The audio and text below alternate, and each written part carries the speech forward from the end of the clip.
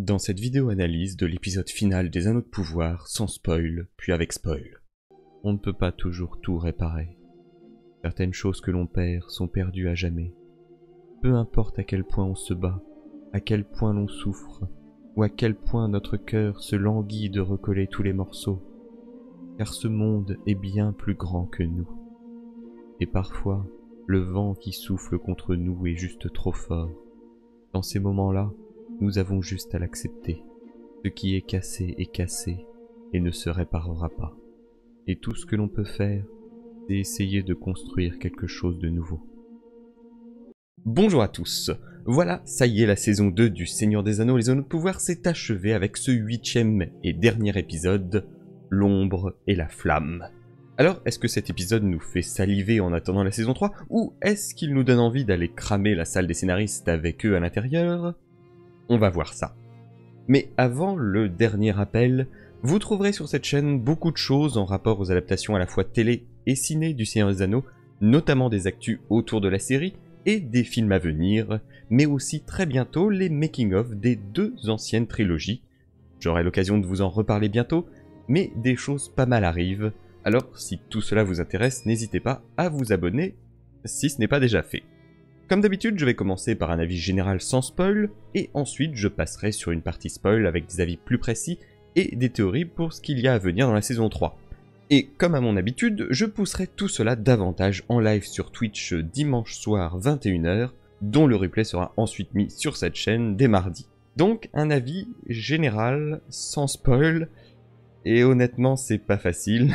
J'imagine que même pour vous, arriver jusqu'ici dans le monde d'aujourd'hui où tout le monde s'amuse à spoil tout l'épisode et surtout ses grosses révélations dès la minute où c'est sorti, ce n'est pas spécialement évident. Mais je tiens quand même à faire une partie sans spoil. Globalement, j'ai beaucoup aimé cet épisode, vraiment. Hormis un certain arc narratif, c'est... c'est pas évident. Je vais essayer de faire court, les combats sont réussis, l'esthétique, les effets spéciaux sont magnifiques, les musiques, une perfection, on a des facilités scénaristiques encore et toujours, on a des trucs qui apparaissent un peu de nulle part, histoire de justifier la suite, et on a des moments vraiment forts avec des acteurs qui jouent parfaitement leur rôle. Je n'ai pas vu l'épisode passer, et il y a des scènes qui m'ont donné la chair de poule, et d'autres les larmes aux yeux. J'ai beaucoup de mal à étayer plus que ça ma partie sans spoil, puisque j'ai adoré l'épisode jusqu'à un moment précis qui m'a vraiment tout ruiné. Donc je ne peux pas en dire plus sans spoil. Et une toute dernière note du coup pour conclure cette saison 2. Si je pouvais faire abstraction d'un arc en particulier, je lui mettrais 9 sans hésiter. Mais le problème c'est qu'on ne peut pas enlever cette partie. Elle fait corps avec l'ensemble. Ça fait partie de l'épisode, je ne veux pas être un de ceux qui recoupaient le Hobbit de Jackson pour ne garder que ce qu'il y a dans les livres. Non, c'est on prend tout ou on ne prend rien, et là en prenant la globalité de l'épisode, je pense qu'on passerait d'un 9 à un 6 ou 7 peut-être. C'est dur, je sais que c'est dur, mais c'est à l'image de ma déception à ce niveau-là. Donc voilà, je pense qu'il est temps que je me défoule dans une partie spoil. Alors, je pense que si vous êtes encore là et que vous n'avez pas fait en urgence un stop sur la vidéo, c'est que vous avez vu l'épisode ou que vous n'en avez rien à faire d'être spoilé. Et d'un sens, pour une partie de l'intrigue, vous auriez bien raison. Du coup, avant de faire un avis arc par arc, peut-être un avis global avec spoil? Vous êtes des merdes. Vous, les scénaristes, les showrunners qui avaient bossé et qui avaient eu cette idée de l'étranger, vous êtes des merdes. De sombres merdes. Vous aviez plein de possibilités intéressantes qui changeaient de ce qu'on avait déjà vu, et puis non, vous êtes parti dans la facilité, une facilité crasse, sans aucune subtilité, et étaler un suspense de merde pendant une éternité pour finir sur une révélation de son identité, et une révélation molle. Au-delà de vraiment son côté identité, c'est vraiment la manière de l'emmener qui est à chier, il y a aucun panache, c'est juste... Ah, on va en reparler plus en détail après, j'ai pas envie de commencer par ça, j'ai juste envie d'oublier cette partie, mais je ne peux pas oublier. Donc allez, on va commencer par l'arc narratif sacrifié cette saison, celui de Numénor. Pharazôn, après avoir vu Halbrand de Sauron dans le Palantir, se met à décréter que Myriel a été aidée par Sauron pour son jugement de la mer. Conseillé par Sauron en saison 1, oui, à la limite, mais sinon, l'argument est un peu bancal. En tout cas, ça semble suffire pour justifier d'arrêter tous les fidèles. On a une sorte de rédemption d'Éarienne qui protège son père et lui permet de fuir et d'aller retrouver son autre fils Anarion. Et oui, on va enfin le voir en saison 3, le tout avec Narsil en main. Via une scène qui reprend totalement celle d'Aragorn admirant Andúril dans Le Retour du Roi, mais pour le coup, il n'y a pas vraiment de problème avec ça. Le parallèle est complètement légitime. C'est miraculeux qu'il ait pas éventré Myriel en sortant son épée. Putain, bizarre la phrase maintenant que je la dis à haute voix. Mais en tout cas, le design est très proche de celle des films de Jackson. Comme quoi, il ne fallait vraiment pas se fier à ce qu'on avait eu en interview en saison 1, où on nous disait que ça serait Narsil. Pour l'anecdote, j'ai encore l'image que je m'étais amusé à raturer pour faire de cette épée-là, Narsil. On en est loin quand même, hein, mais... Ah, on sent que j'ai fait du dessin à une époque quand même, hein. Et honnêtement, quand on voit la version que j'ai derrière, ici, si je me trompe pas, si je mets le pouce au bon endroit, oula, titre encore une fois, eh bien les deux se ressemblent énormément. Non mais c'est vrai, regardez, je vous l'ai apporté de plus près. C'est quand même vachement proche. Je vous mets également le concept art de l'épée qu'on avait eu en saison 1, et on remarque que, hormis le joyau au milieu qui peut facilement tomber lors de batailles, eh ben on est quand même relativement sur le même modèle. Je passe vite fait sur la relation Isildur et Machine parce que bah... On s'en bat les couilles, on s'en bat les couilles, on s'en bat les couilles, on s'en bat les couilles, on s'en bat les couilles, on s'en bat les couilles. Alors, juste à mon avis, le petit Théo, il doit pas sucer que de la télasse, hein. Il se laisse en tout cas bien humilier en n'étant que chef, que de la moitié de Pelargir. Non mais c'est vrai, on montre plus de reconnaissance à un cheval qu'à lui. J'avais plus ou moins raison, ok c'est pas Pharazôn qui débarque et qui balance tout à Isildur, mais son fils. Kemen qui décide donc de faire de Pelargir une forteresse avancée afin de construire la flotte en contrepartie de bois. Pas de bois, pas de vivres. Pas de pierre, pas de construction. Pas de construction, pas de palais. Pas de palais. Pas de palais. Concernant les nains, oui, encore une fois, tout était quasiment dans les trailers. Oui, le roi du Rhin 3 a une forte résistance au feu, et oui, on a encore des références au film. Fuyez, père. Mais en vrai, j'ai beaucoup aimé son sacrifice. Les dernières paroles pour son fils sont belles, vraiment la scène m'a touché, et pas de la même manière que celle de l'identité de l'étranger, où j'ai eu un peu l'impression de me faire enculer à sec avec du gravier... Pardon. J'avais dit que du positif, je suis un arbre, je suis dans la terre, je suis calme. La scène est magnifique, ça fera de fantastiques fonds d'écran, ça y a pas de problème, c'est aussi tout à fait raccord avec l'histoire. On sait qu'un roi du Rhin a affronté le Balrog et en est mort. Après, bon, le Balrog se retrouve encore de nouveau enfermé par l'éboulement, et il est je pense clair maintenant qu'il détruira Khazad-dûm vers la saison 5 de la série. En parlant de la suite, on nous ressort le frère mystérieux de Durin dont on avait déjà entendu parler vite fait en saison 1. Tout ce que j'espère, c'est qu'ils vont arrêter de nous citer les seigneurs nains et enfin nous les montrer dans la saison 3. Le plus gros morceau de l'épisode, et celui qui m'a le plus plu, est évidemment celui de la fin de l'Eregion et la fin de Celebrimbor. Une fin vraiment magnifique. La torture qu'il subit, ses derniers mots, son empalement. Alors oui, ok, il n'est pas utilisé comme bannière, mais pour moi qui attendais énormément ce passage, j'ai été satisfait. Je trouve même que sa mort ici est particulièrement belle. Finalement, là où tout s'est déroulé dans la forge, là où il avait tant créé. J'aime aussi que ce soit lui qui prophétise la fin de Sauron. Je doute qu'il sache que l'unique est en préparation, ou alors à la limite il l'aurait deviné. L'idée de soigner Hadar lorsqu'il porte l'anneau est géniale, ça le rend le personnage encore plus attachant, et au final il le rend super bien en elfe. Pareil, le fait qu'il repasse à son apparence actuelle lorsqu'il l'enlève, c'est nickel. Concernant le fond du dialogue, j'ai fait un peu plus de grimaces, surtout du point de vue Galadriel. Son espèce de... attachement envers les orques, les Oraux du coup, ça sort un petit peu de nulle part et... Ok, elle se rend compte que les orques, par l'intermédiaire de Hadar, cet elfe corrompu, étaient vraiment à l'époque des elfes et donc son propre peuple. Mais là, encore une fois, elle braque trop vite. On dirait un politique à l'annonce d'un nouveau gouvernement. Comme je l'avais dit, c'était évident que Hadar allait mourir de la main de ses orques, de l'exacte même manière que Sauron était mort. Tout ça du coup sous l'œil de Sauron et de Galadriel qui se rend compte que les orques n'ont aucune voie de rédemption. Qui n'était pas la bonne strat d'ailleurs. Hein. Allez hop, une veuve et un orphelin en plus. Bon, moi je vais me barrer. Hein.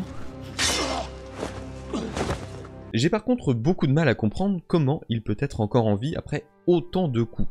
Mais on va dire qu'il est aussi résistant qu'Arondir qui passe du mourant au « je pète la forme ». On a dans cet épisode de très bonnes idées de réalisation, je pense notamment au plan séquence de la bataille. Là pour le coup, c'était plutôt réussi. Le combat Galadriel-Sauron est très bien réalisé aussi. Alors oui, il sait qu'elle a les neufs, on va dire qu'à partir du moment où il est proche, il les ressent un petit peu. J'ai moins aimé qu'il prenne la forme de Galadriel elle-même, Halbrand c'était évident, Celebrimbor c'était logique, mais un peu moins fan de Galadriel. Au final, c'est quand même bien les nains qui servent de Deus Ex Machina aux elfes. Cherchez pas à comprendre le temps de trajet, hein, par pitié, moi j'ai abandonné depuis longtemps. Pareil, comment ils arrivent à voir à travers leur casque. La blessure finale de l'elfe, justement, plantée par la couronne, c'est... faut y survivre, quoi. Hein. Il y va quand même super profond. Ouf, bizarre encore. Et alors, le fait qu'elle survive à une telle chute, même un peu amortie par des branches d'arbres, au moins il n'y avait pas d'aigle pour la secourir, et ça fait écho d'un sens à la chute de Gollum avec l'anneau unique conduisant à la fin de Sauron. Le fait que Elrond se retrouve un peu contraint de mettre l'anneau pour soigner Galadriel, c'était acceptable, on va dire. Il change peut-être encore une fois trop radicalement d'opinion et trop brusquement, mais ça passe.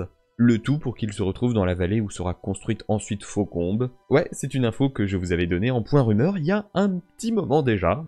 1 an quasiment. Mais vous êtes pas mort, espèce de connard! La scène de fin est vraiment magnifique. J'ai jamais vu l'acteur incarner aussi parfaitement Gil-galad qu'à cet instant. Pour moi, il crève littéralement l'écran. Par contre, que fait Arondir? Mystère. Hein, j'ai envie de dire mystère aussi pour lui pour la suite. Pour moi, il devait plus ou moins mourir face à Hadar. Hein. D'ailleurs, il n'aura pas eu sa confrontation finale avec Hadar. Hein. Il se sera juste fait planter et puis ciao. Et aussi, ce plan-là, il est pas joli. Vraiment, vraiment pas joli. On comprend pas où sont disposés les elfes. Enfin, c'est pas beau. Juste pas beau. Je comprends l'idée, mais...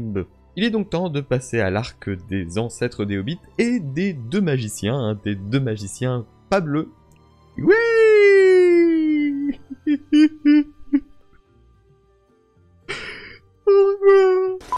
Le seul truc qui me rassure, c'est que l'on reverra le magicien ténébreux. Parce que s'il était mort ici, ça aurait été du bon gros foutage de gueule. Sinon, les hommes du Rhône, bon super, hein, c'est 4-5 pélos avec une malédiction, mais on sait pas laquelle. Pareil, le Rhône, au final, à part du désert, on n'a rien vu d'autre. Pour moi, le magicien ténébreux manipule totalement l'étranger. Oui, je continue à l'appeler l'étranger. Et il se fait passer pour plus gentil qu'il ne l'est. Surtout quand on le voyait dans son temple avec les mystiques. Ouais, vous les aviez peut-être oubliés, mais vous inquiétez pas, l'histoire aussi les avait oubliés. Alors, l'arrivée des magiciens, selon la chronologie, selon... Ils s'en branlent, ils s'en torchent. Le magicien ténébreux est arrivé visiblement bien avant. Alors, peut-être que du coup, le ténébreux est l'un des 2 mages bleus, hein, qui sont arrivés avant. J'en ai plus rien à foutre, hein. Surtout que, honnêtement... Vous donnera le goût de la souffrance. Mais vous avez préféré la voie de la souffrance. Hein? Je vous dis, j'en ai plus rien à branler, hein. Ça sera tout simplement, sûrement que Saruman, y a pas de logique, mais... Apparemment, les showrunners ont déclaré à Vanity Fair aujourd'hui même, enfin, aujourd'hui quand je tourne cette vidéo, donc le jour de la sortie du 8e épisode, qu'il était très peu probable que le magicien ténébreux soit Saruman. Bah du coup, comme c'est pas Radagast, je pense pas, ça... Logiquement, un des 2 mages bleus. Hey. Donc on va avoir Gandalf avec un mage bleu, peut-être un 2e mage bleu qui va arriver, parce que... Voilà. Super. Je m'en fous. Non, j'en suis là. Personne n'est donc mort chez les Forteaux, même pas la love story inutile de Poppy, et ils se barrent tous, non sans avoir poussé le bâton de l'étranger. Hein. Oui, je m'en doutais quand j'ai vu cette scène et sa ressemblance avec celui de la vision que ça commençait à être mort. Pour le mage bleu, j'entends, hein, pas pour l'espoir, quoique. Je l'ai encore plus su quand ils se sont mis tous à l'appeler Grand Elfe, et on aura clairement la dernière branche des ancêtres des Hobbits en saison 3 ou 4, avant qu'ils ne s'installent tous dans la comté. Ce qui est dommage, c'est que le bâton fait vraiment le bâton de Gandalf le Gris du Hobbit, mais en version Wish. Tout ça pour avoir au final... Gandalf. C'est ainsi qu'ils vont m'appeler désormais. Et puis le... Un magicien ne trouve pas son bâton. C'est son bâton qui le trouve. La baguette choisit son sorcier, Monsieur Potter. Ah, déjà, je pense que certaines langues vont être bien dans la merde pour adapter ça. Mais sinon, que dire de plus? Oui, bah Gandalf. Gandalf se contentera de s'auto-citer constamment. Ah... Vous me diriez, j'aurais pas été plus satisfait que si c'était un mage bleu, hein. Je l'avais dit pour l'analyse de l'épisode 6. J'en étais arrivé à un point où... Voilà. Mais Gandalf, vraiment... Ça veut dire que du coup, ça y est. On a un Gandalf qui n'est pas Ian McKellen. C'est un peu bizarre. Surtout pour une série qui se veut aussi proche... On tape le micro. Surtout pour une série qui se veut aussi proche des films. Encore une fois, ça aurait résolu énormément de choses si l'étranger n'était qu'un mage bleu. Et ça aurait été plus intéressant. Donc voilà, les nains, on l'a dit, on va avoir la lutte de pouvoir entre Durin 4 et son frère Durin 4-2 ou Durin 4'. Et leur gestion des anneaux de pouvoir, les elfes vont bâtir Faucombe et tenter de combattre. Sauron est clairement parti pour forger l'unique, peut-être même avec le marteau de Fëanor. Visiblement, il l'a retrouvé. Et il devra distribuer ses 9 anneaux aux hommes. Les hommes, justement, bah, ils vont devoir apparaître, parce que Théo risque, bon, encore malheureusement d'être là en saison 3, mais surtout d'être confronté à Kemen, tandis que Isildur va rentrer à Numénor et suivre sans doute le mariage forcé de Myriel avec Pharazôn. Le tout pendant que son père Elendil va enfin retrouver son autre fils. Alors pour l'étranger... Ne soyez plus un étranger. Ok. Pour Gandalf. Eh bah pour Gandalf, j'en sais rien. Et je m'en branle. Encore une fois, hein, la série m'a perdu depuis le milieu de la saison concernant cette intrigue, donc j'imagine qu'il va avancer un peu plus dans le Rhône. Enfin, il va peut-être rencontrer enfin les hommes qui y vivent.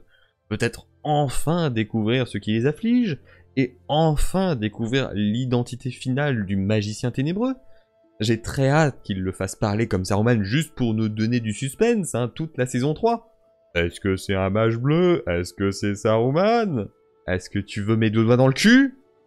Pour qu'au final, toutes les scènes majeures ayant demandé du budget soient mises dans les trailers et la communication, et qu'on se retrouve finalement qu'à regarder une version longue des trailers pendant 8 épisodes. On reparlera de tout cela bien en détail en live sur Twitch dimanche soir à 21 h et une vidéo bilan de la saison arrivera dans les quelques semaines à venir.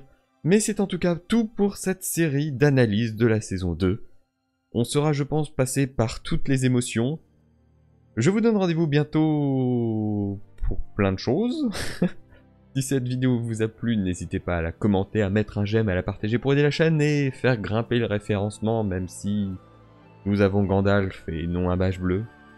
Si vous n'êtes pas déjà abonné, je vous invite à cliquer sur le bouton. Et en attendant, merci à vous et à la prochaine. Ah oui, ça y est, le trailer de ma vidéo analyse est fini. Bah du coup, vous avez tout vu. Oupsie! J'ai fait une Amazon.